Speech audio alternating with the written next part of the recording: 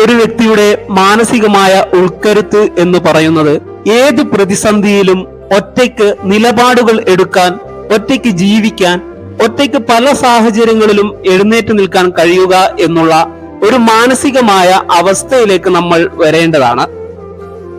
ജീവിതത്തിന്റെ നിസ്സാരമായ ചെറിയ ചെറിയ പ്രശ്നങ്ങളിൽ പോലും മാനസികമായി തളർന്നുകൊണ്ട് മറ്റുള്ളവരുടെ അഭിപ്രായങ്ങൾ ചോദിക്കുന്നവരാണ് നമ്മളിൽ പലരും. മറ്റുള്ളവരോട് അഭിപ്രായം ചോദിക്കണ്ട എന്ന നിലപാടല്ല, പലപ്പോഴും നാം അവരോട് അഭിപ്രായങ്ങൾ ചോദിക്കുമ്പോൾ അവരുടെ ജീവിതാനുഭവങ്ങളിൽ വന്നുപോയ ചില കാര്യങ്ങളായിരിക്കും അവർ നമുക്ക് സമാധാനത്തോടെ പറഞ്ഞു തരുന്നത്. അത് ഒരുപക്ഷെ നമ്മുടെ ജീവിതത്തിന്റെ പ്രതിസന്ധികളുമായി പൊരുത്തപ്പെടണമെന്നില്ല, അവരുടെ അനുഭവങ്ങളാണ്. അതുകൊണ്ട് തന്നെ നമ്മുടെ ഈ ജീവിതത്തിന്റെ പ്രതിസന്ധികളുടെയും പ്രയാസങ്ങളുടെയും ഒക്കെ സാഹചര്യങ്ങളിൽ സ്വന്തമായി നിലപാടിൽ ഉറച്ചു നിൽക്കുവാനും സ്വന്തമായി ഒരു വാക്കും തീരുമാനവും എടുത്ത് അത് ശരിയാണ് എന്ന രൂപത്തിൽ ആലോചനയോടെ യാഥാർത്ഥ്യ ബോധത്തിലേക്ക് കടന്നു പോകുക എന്നതാണ് യാഥാർത്ഥ്യം. എന്നാൽ പല വിഷയങ്ങളും മനുഷ്യനാകെ തളർന്നു പോകുന്ന സാഹചര്യങ്ങളുണ്ട് വിവാഹ ജീവിതത്തിൽ.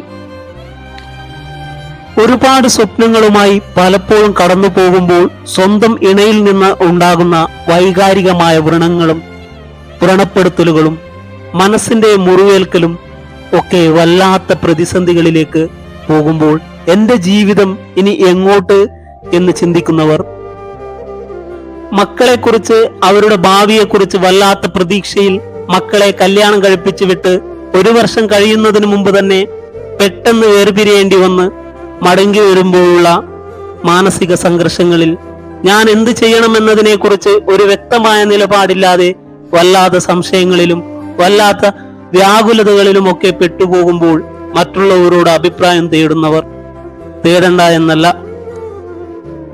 ആ ഉചിതമായ സമയത്ത് ഉചിതമായ തീരുമാനങ്ങൾ എടുത്ത് സന്ദർഭങ്ങളിൽ ചേർത്ത് കൊണ്ടുപോകാൻ നമുക്ക് വല്ലാത്ത സംസാരശേഷിയും കഴിവും ചിന്താശേഷിയും ഉണ്ടാകുക എന്നുള്ളതാണ്. പലപ്പോഴും പലർക്കും പ്രതീക്ഷയായിരുന്നു നമ്മുടെ സുഹൃത്തുക്കളും കുടുംബങ്ങളുമൊക്കെ. സമ്പത്ത് നഷ്ടപ്പെട്ട് രോഗങ്ങൾ വന്ന് വീടിന്റെ 4 ചുവരുകൾക്കുള്ളിൽ അകപ്പെടുമ്പോഴാണ് നമ്മൾ തിരിച്ചറിയുന്നത് ആരൊക്കെയോ എന്നെ സഹായിക്കാനുണ്ട് എന്നത് തോന്നൽ ആയിരുന്നു എന്ന്. പലപ്പോഴും ആരൊക്കെയോ ഉണ്ട് എന്ന പ്രതീക്ഷയിൽ അന്ധമായി ജീവിച്ചിരുന്ന നമുക്ക് മനസ്സിലാവുന്നത് എനിക്കാരുമില്ല, ഞാൻ ഒറ്റപ്പെട്ടു പോയി എന്നാണ്.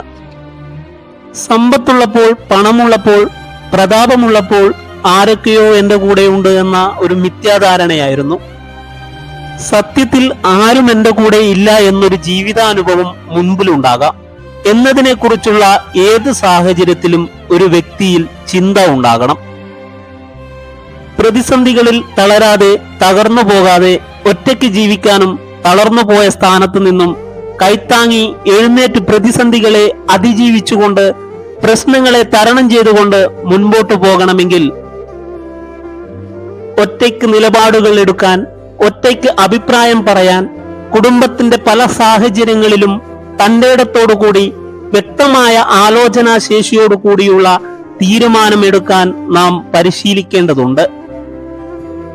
പലപ്പോഴും നമ്മുടെ ചെറിയ മക്കൾക്ക് പോലും അവർക്ക് 22 വയസ്സൊക്കെ ആയിക്കഴിഞ്ഞാൽ പലപ്പോഴും അവരെ ഒറ്റയ്ക്ക് തീരുമാനങ്ങൾ എടുക്കുന്നതിനും ഒറ്റയ്ക്ക് ജീവിതയാത്രയിൽ അവരെ സഞ്ചാരയോഗ്യരാക്കുന്നതിനു വേണ്ടി പരിശ്രമിക്കേണ്ടതിനു പകരം അവരുടെ എല്ലാ പ്രശ്നങ്ങളിലും ഇടപെട്ട് അപ്രതീക്ഷിതമായി അച്ഛനോ അമ്മയോ മരണപ്പെട്ടു പോകുമ്പോൾ ആ മകൻ അല്ലെങ്കിൽ ആ മകൾ ഞാൻ എങ്ങോട്ട് ആണ് ഈ പോകേണ്ടത് എന്ന് തിരിച്ചറിയാത്തൊരു സാഹചര്യം ഉണ്ടാകുന്നതിന് കാരണമാകുന്നു. എന്തിനും ഏതിനും നാം നമ്മുടെ മക്കളുടെ കൂടെ വല്ലാത്തൊരു അവസ്ഥയിലേക്ക്, എന്റെ സഹായമില്ലെങ്കിൽ അവൻ തകർന്നു പോകുമെന്ന് തോന്നുന്ന വല്ലാത്തൊരു മിഥ്യാധാരണയായിരുന്നു.